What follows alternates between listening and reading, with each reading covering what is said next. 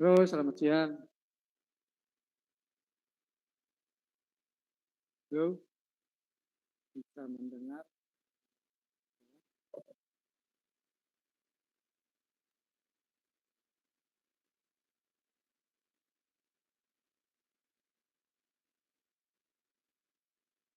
Halo,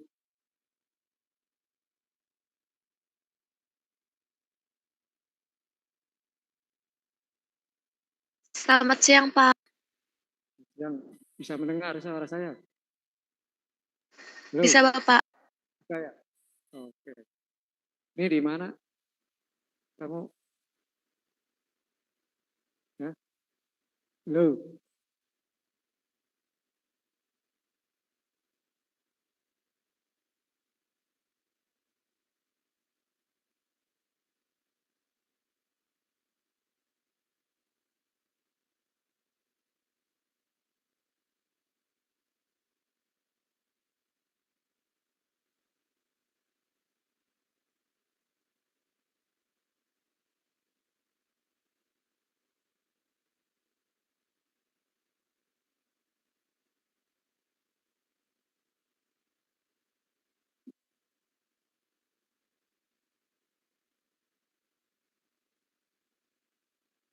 Ya, baiklah. Kita mulai saja.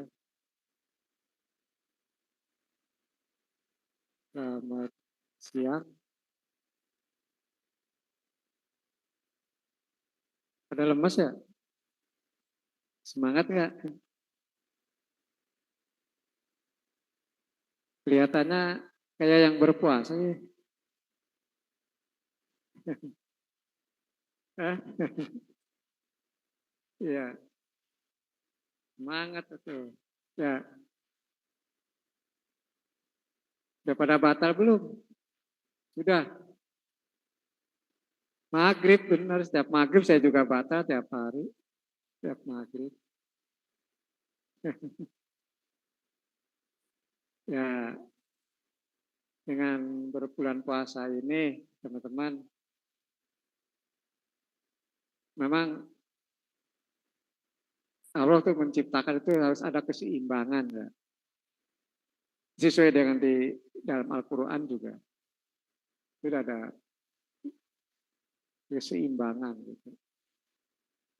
Sesuai ya. Jadi mengapa Anda harus berpuasa gitu? Karena dalam setahun itu kan Anda hanya 1 bulan berpuasa. Makan terus, nggak ada berhentinya. Kenapa berpuasa? Ya perutnya supaya beristirahat. Kalau mesin sih dibersihin, dicuci, diklit dan sebagainya gitu. Biar tidak terjadi di usus pankreas setiap manusia itu tidak terjadi sumbatan, khususnya lemak-lemak. Lemak-lemak itu dari apa? Lemak-lemak itu dari makanan Anda yang dikonsumsi. Mungkin banyak makan gorengan, ya kan? Banyak makan yang instan-instan gitu. Itu kan yang lebih berbahaya kan? Ya. Nah, kalau penyumbatan di perut usus itu ada penyumbatan, nanti darah merah atau darah putihnya itu ketutup oleh makanan-makanan tidak mengalir, nanti bukannya ke bawah, pankreas larinya ke atas. Kalau udah ke atas itu ke kepala. Anda akan menjadi penyumbatan di kepala, bisa saja itu mengakibatkan stroke. Banyak orang stroke itu sekarang itu banyak zaman sekarang ya. Masih banyak yang memuda-muda. Emang udah banyak yang stroke sekarang umur ya kisaran 30 ke atas, atau 35 lah, 40. Kalau dulu kan usia-usia orang tua senja gitu ya, mungkin 55 mau pensiun tuh, kena stroke. Kalau sekarang ini ya banyak tuh, mungkin Anda lihat juga kan di sosial media, apa yang meninggal itu yang muda-muda karena pola hidup, pola makan, pola tidur, pola makannya nggak dijaga. Makanya zaman sekarang ini memang penyakitnya itu aneh-aneh gitu ya. Tanpa terasa Anda sekarang udah umur berapa? Misalkan ada yang 22, 21, 20, 21 lah. Anda nggak terasa kan makan itu mungkin mulai SMP itu udah mulai mengkonsumsi makanan yang banyak. Contohnya yang banyak makan siap saji terus, ya kan? Gorengan terus, pedas terus, ya itu kan nggak terasa. Pada saat itu Anda nggak merasakan. Nanti setelah sekian tahun baru itu kerasa. Iya, makanya dijaga, sayang, ya kesehatan. Kalau udah menjadi penyumbatan darah, jadi stroke, ya nanti Anda akan mendekati ke huruf Z nantinya kan gitu. Huruf Z, huruf terakhir udah kematian, meninggal. Tuh, makanya ya, pola makan dan pola hidup ya. Nah sekarang gini puasa, nah puasa itu memang harus berpuasa supaya perut itu dikuras, dibersihkan supaya tidak terjadi penyumbatan. Jam sebulan, kalau yang berpuasa kuat. Kalau yang orang berpuasa, kalau yang punya penyakit pasti pada sehat, gitu. Emah apa pasti sehat. Nah, itu pola makan ya. Ya saya sedikit inilah. Kultum dulu ya 7 menit ya. Iya, itu bagi yang berpuasa. Gitu. Ya. Nah, pola makan misalkan sekarang. Pola makan itu yang pertama teman-teman ya hindari banyak makan ya terlalu banyak instannya gitu. Ya, jangan terlalu sering maksudnya. Sekali sih boleh gitu. Mungkin kalau anak-anak kos biasanya ya makannya inginnya wis yang cepet karena nggak masak kan gitu ya. Memang enak, ya kan? Memang enak. Tapi nanti akibatnya begitu. Nah, sepertinya contoh apa ya? Seperti yang makanan siap saja ada yang langsung masak, misalkan sop, rasa soto beli yang siap saji, bumbunya tinggal dimasukin, kan gitu ya. Beli Kentucky itu siap saji, Indomie siap saji kan gitu. Itu yang begitu. Karena itu mengandung zat-zat kimia yang bisa merusak. Kalau Anda mau masak itu misalkan soto ya masak soto, beli bumbunya, ya beli cabenya, segala di blender sendiri atau digerus sendiri baru dimasak. Nah itu yang alami kan. Ya contohnya lagi kayak misalkan Anda sekarang bikin lodeh. Tahu kan lodeh? Nah, lodeh. Ya. Ludeh gitu lah. Tahu kan lodeh? Lodeh itu kan biasanya dibuat juga ada santannya kan ya. Nah, sekarang kan banyak kan rumah makan santannya itu kan santan yang sudah jadi gitu ya. Ada kan, tahu nggak? Nah, nah itu kara apa dan sebagainya banyak ya. Ya itu kan cara diolah dan diolah nggak murni kan itu tuh diolah atau cuman hanya rasa saja essence namanya rasa. Cok, Anda sekarang begini beli roti rasa madu atau rasa durian emang durian itu asli. Cuman rasa esen obat itu kan itu cuma diolesin gitu. Bukan asli kalau yang beli kelapa bikin lodeh ya beli kelapa yang diparutnya langsung diperas sendiri. Nah, itu yang murni kan gitu. Tanpa ada pengawet kan ya. Semua itu yang pakai pengawet semua. Apalagi yang minum-minum kayak teh, ya kayak udah teh, susu, kayak kotak-kotak itu semua ada pengawetnya semua kan. Ya boleh tapi jangan terlalu sering gitu. Gak apa-apa. Nah, terus sekarang hampir semua teman-teman suka makan ayam ya? Suka nggak? Ayam kan. Ayam kalau makan ayam Kentucky atau ayam goreng, ayam kampus, ayam apa gitu. Ayam goreng, ya ayam bakar misalkan ya. Suka kan?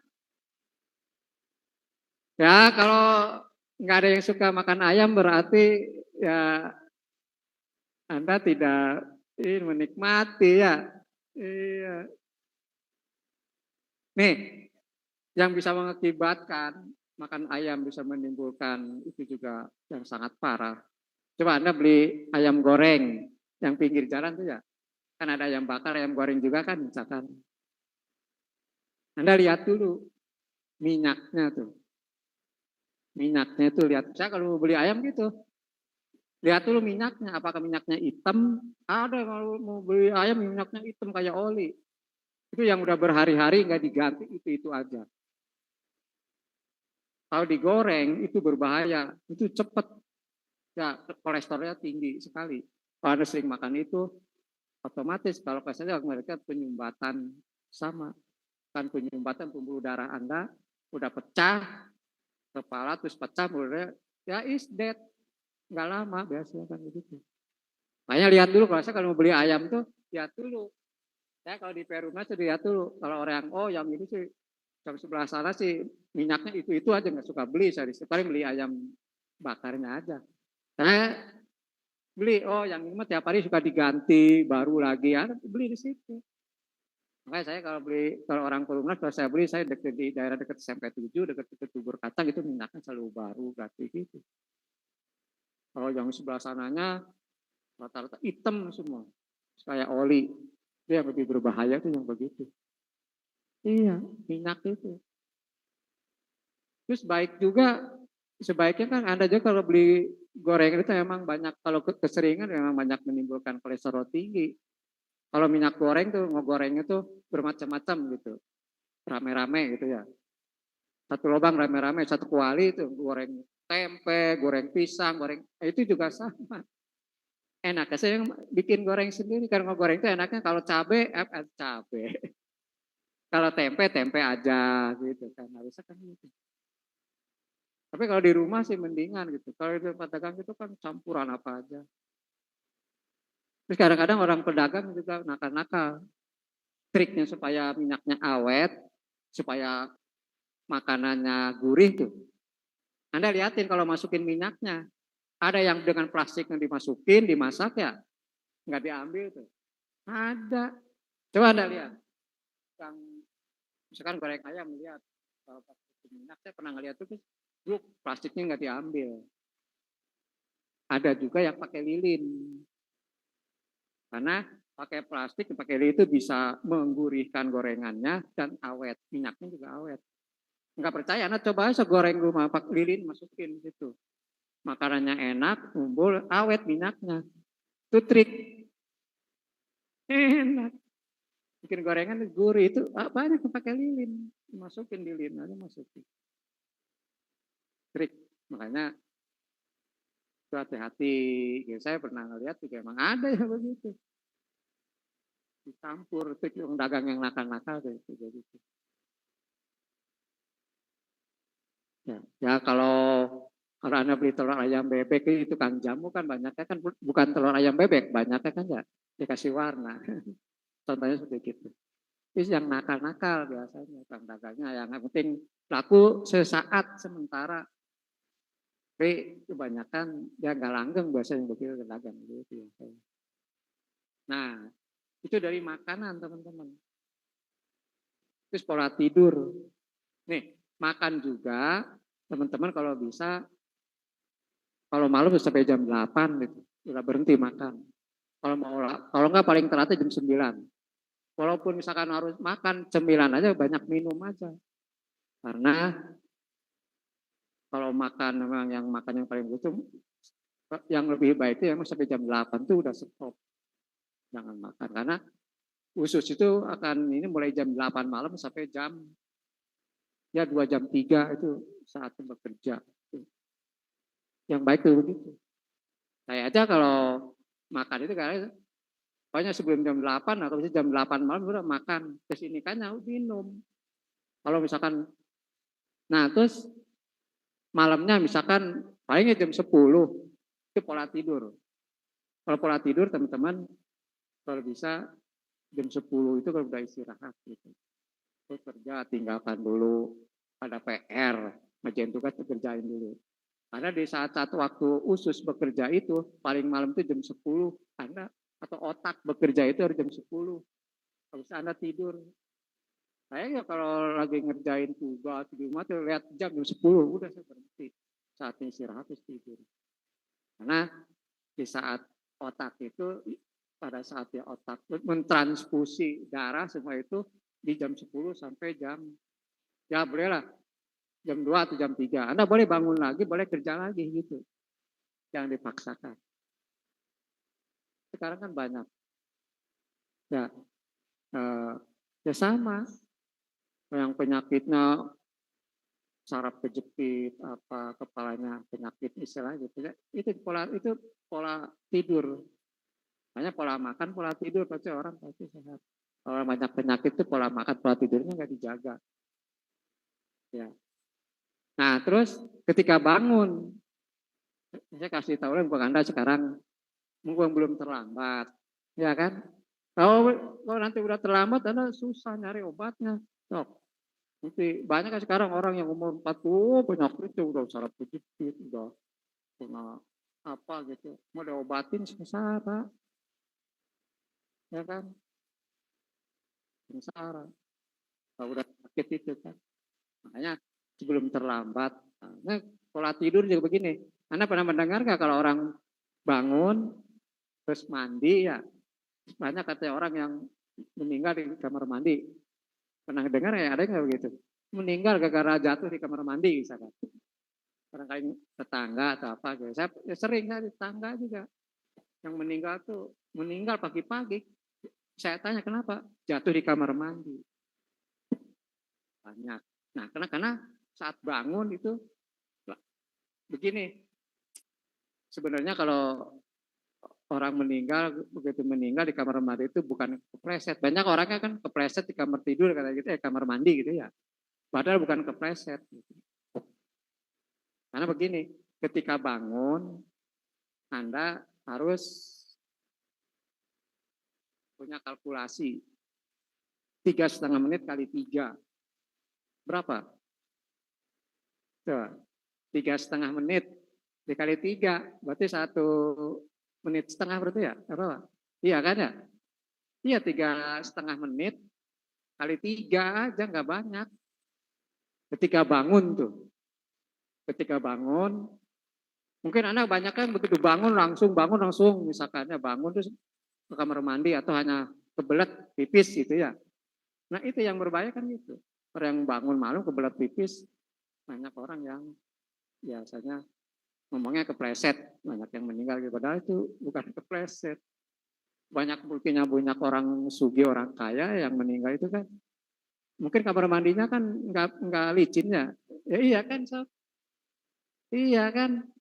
Pasti, wah enak bersih, nggak lecet kan gitu. Apa nggak licin kan gitu. Tapi bilangnya kepleset. Nah karena itu Pak saat bangun itu begini. Begitu bangun teman-teman ya. Begitu bangun nih. Udah jangan langsung bangun Anda. Ya glosoran dulu, apa 0,5 menit. Glosoran dulu, mata pejamkan dulu atau apa gitu ya. Itu 0,5 menit. Ya boleh paling minimal gitu ya. Kalau lebih panjang sedikit ya boleh lebih bagus, misalnya 1 menit gitu. Nah setelah itu bangun, bangun jangan turun ke lantai.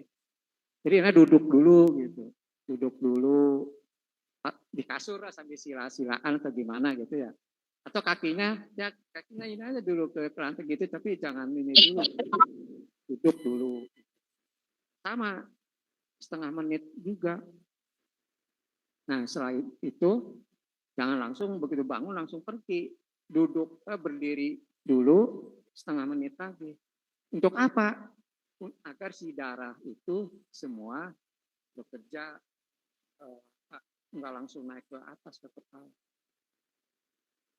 Gitu. Jadi supaya bagus sirkulasi darahnya itu ngalir. Jadi enggak langsung ke atas. Nah, terus begini, di samping itu juga mungkin banyak juga orang yang belum paham begitu mau mandi, banyak juga orang yang begitu mau mandi ya keseimbangannya hilang gitu, kayak vertigo gitu ya. Akhirnya jatuh di kamar mandi kan gitu. Ada yang begitu, kenapa? Ketika Anda mau mandi, jangan sampai langsung begitu mandi kepalanya dulu dibasahin. Nah itu lebih bahaya. Karena darah itu ya akan lari ketika si bagian yang tubuh dingin. Hanya Anda kalau mau mandi, mau apa tuh badan dulu. Kalau bisa ya kakinya dulu, di ke badan ke sini baru ke kepala terakhir gitu. Banyak kan orang kan gitu, langsung gur gitu kan. Iya, itu lebih berbahaya tuh yang begitu. Penyumbat apa dari darahnya itu nanti ininya apa sirkulasinya naik langsung ke atas. Karena dia darah itu memang kalau istilahnya itu menyukai di tempat yang dingin gitu. Jadi makanya mau mandi itu dicukur dulu kakinya dulu, dicukur badannya, baru setelah itu terakhir kepala. Gitu. Itu yang baik seperti itu. Menghindari. Ya Anda boleh aja kasih tahu ke keluarga, ke ibu yang masih ini. Apalagi yang beli rawat tuh ibu-ibu, bapak-bapak. Nah, yang udah usianya dewasa gitu, itu memang lebih riskan. Ya, nah itu pola hidup, pola makan daripada nanti Anda. Banyak deh mahasiswa ini yang begitu banyak. Saya sering suka nengok, suka kadang pada saat itu umur anak masih semester 5 yang udah meninggal apa gitu. Saya ke rumahnya apa gitu. Itu mahasiswaan datang nanya gitu. Banyak memang begitu gitu. Makanya sayang lah gitu, dijaga. Ya, itu kalau yang ikut puasa bagus itu makanya perut itu dicuci, dibersihin supaya tidak terjadi penyumbatan, kan begitu. Kalau enggak begini juga yang paling bagus lagi Anda boleh minum apa kalau supaya membersihkan perut. Ya, minum air kelapa aja, kelapa muda tuh. Itu juga bagus bisa menetralisir, membersihkan badan supaya tidak terjadi penyumbatan.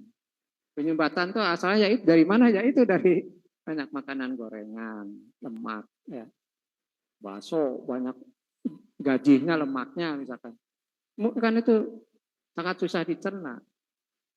Tapi Anda kalau mau makan bakso ada lemaknya ya minumnya jangan minum es langsung air panas. Air anget aja anget biar di dalam tubuh tuh lemak-lemaknya hancur gitu. Kalau pakai es tuh semakin membeku. Nah, semakin membeku, udah makin membeku, udah ketutup semua, nanti si darahnya nggak bisa langsung keluar, gitu, tidak pantas sini, dari kemana? Larinya ke atas jalan ke kepala. Mengakibatkan ya, penyempitan struknya yang begitu. Ya. Nah itu jadi itu pola hidup. Ya. Pola tidur, pola hidup, itu ada itu. Ya.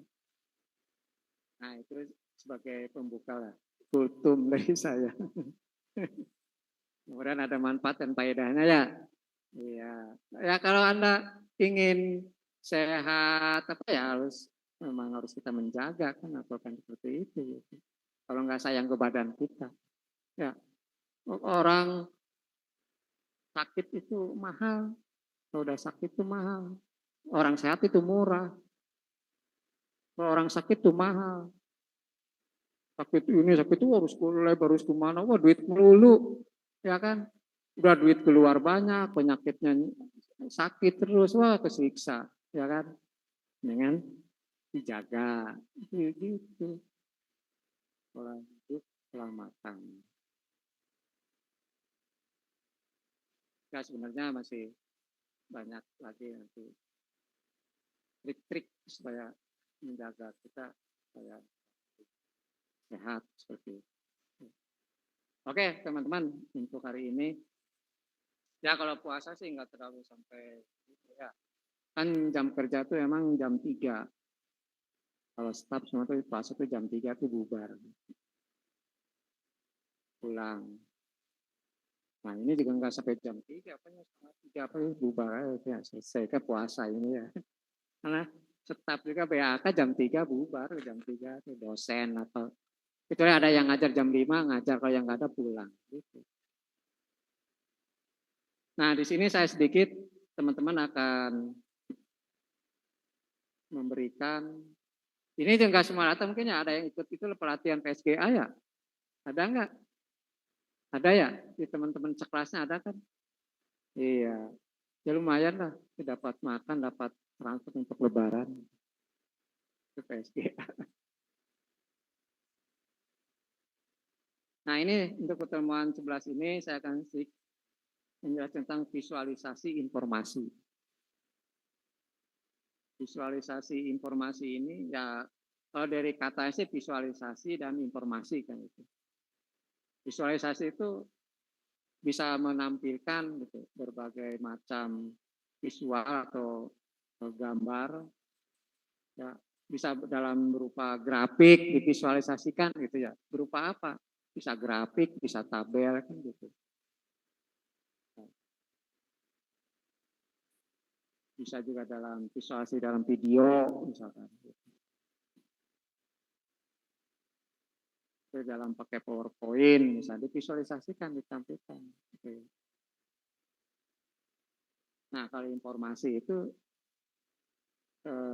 sebagai kebutuhan dunia nyata ya, untuk bagi masyarakat yang membutuhkan informasi. Gitu. Ya, ada visualisasi informasi. Orang yang berarti yang membutuhkan penjelasan yang lebih jelas. Karena kalau visualisasi yang lebih dipahami itu misalnya berupa grafik, berupa tabel kan lebih paham kan gitu ya orangnya. Itu daripada dideskripsikan lebih paham misalnya berupa grafik kan gitu. Kayak grafik. Ini aja grafik paslon itu kan lebih jelas kan ya. Prabowo sekian, Anies sekian, Ganjar sekian gitu kan ya.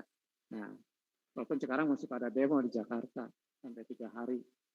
18, 19, 20. Ya mau nginep di gedung KPU. Teman saya banyak di Cirebon pada berangkat juga ikut. Misalnya untuk mendukung pemilihan curang, kayak gitu katanya gitu. Saya kalau nggak ada ngajar saya juga berangkat, saya ada ngajar. Jadi, nah itu. Jadi visualisasi. Ya. Nah, jadi ini visualisasi informasi itu adalah rekayasa dalam pembuatan gambar. Sampaikan dalam gambar supaya jelas. Diagram, bisa pakai diagram. Diagram itu kan macam-macam. Ada diagram alir, istilahnya diagram alur, misalnya flowchart, flow map, misalkan. Bagan, misalkan, struktur, misalkan gitu. Atau animasi, ya animasi, kayak video animasi pembelajaran gitu. Kalau misalkan Anda mau, bagaimana caranya untuk membayar BPJS atau pajak, misalkan ada di setiap kantor kan TV ya, pakai monitor, ada animasinya kan, langkah-langkahnya apa gitu ada, videonya kayak pembuatan kartun, pakai apa kan gitu. Kalau Anda mau transfer aja, membuat rekening, ada animasinya apa gitu, kan lebih jelas orang tuh gitu kan, cara-cara pendaftaran apa, pakai animasi. Kayak tahu nggak kayak film Ipin dan Upin itu ya? Ipin Upin itu dari mana? Malaysia. Yang membuat skripnya, teknik itu orang Indonesia semua. Iya, termasuk anaknya Ikang Fauzi itu, yang perempuan tuh. Dia menulis skripnya dia. Orang Indonesia yang membuat itu sih. Cuma dibuatnya di Malaysia gitu kan, dengan dibeli oleh Malaysia dengan orang yang membuatnya sih itu orang-orang Indonesia, anak pelajar Indonesia, yang di Malaysia, termasuk anaknya Ikang Fauzi ada. Itu dia yang membuat skripnya juga. Cerita apa itu dia yang membuatnya. Contohnya itu animasi kan gitu.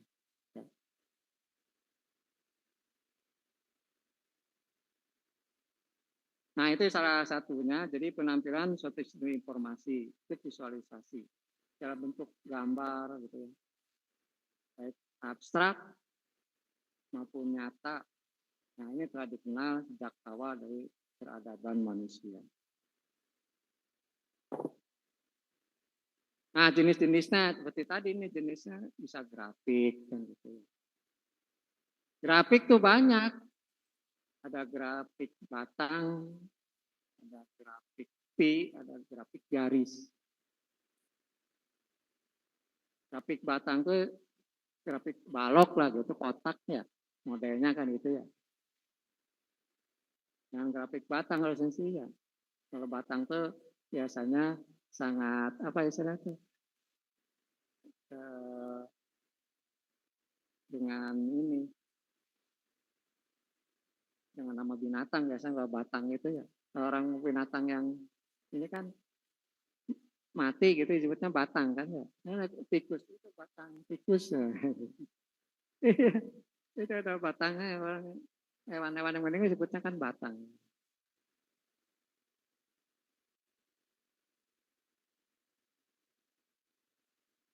Nah, lalu ada itu grafik pie,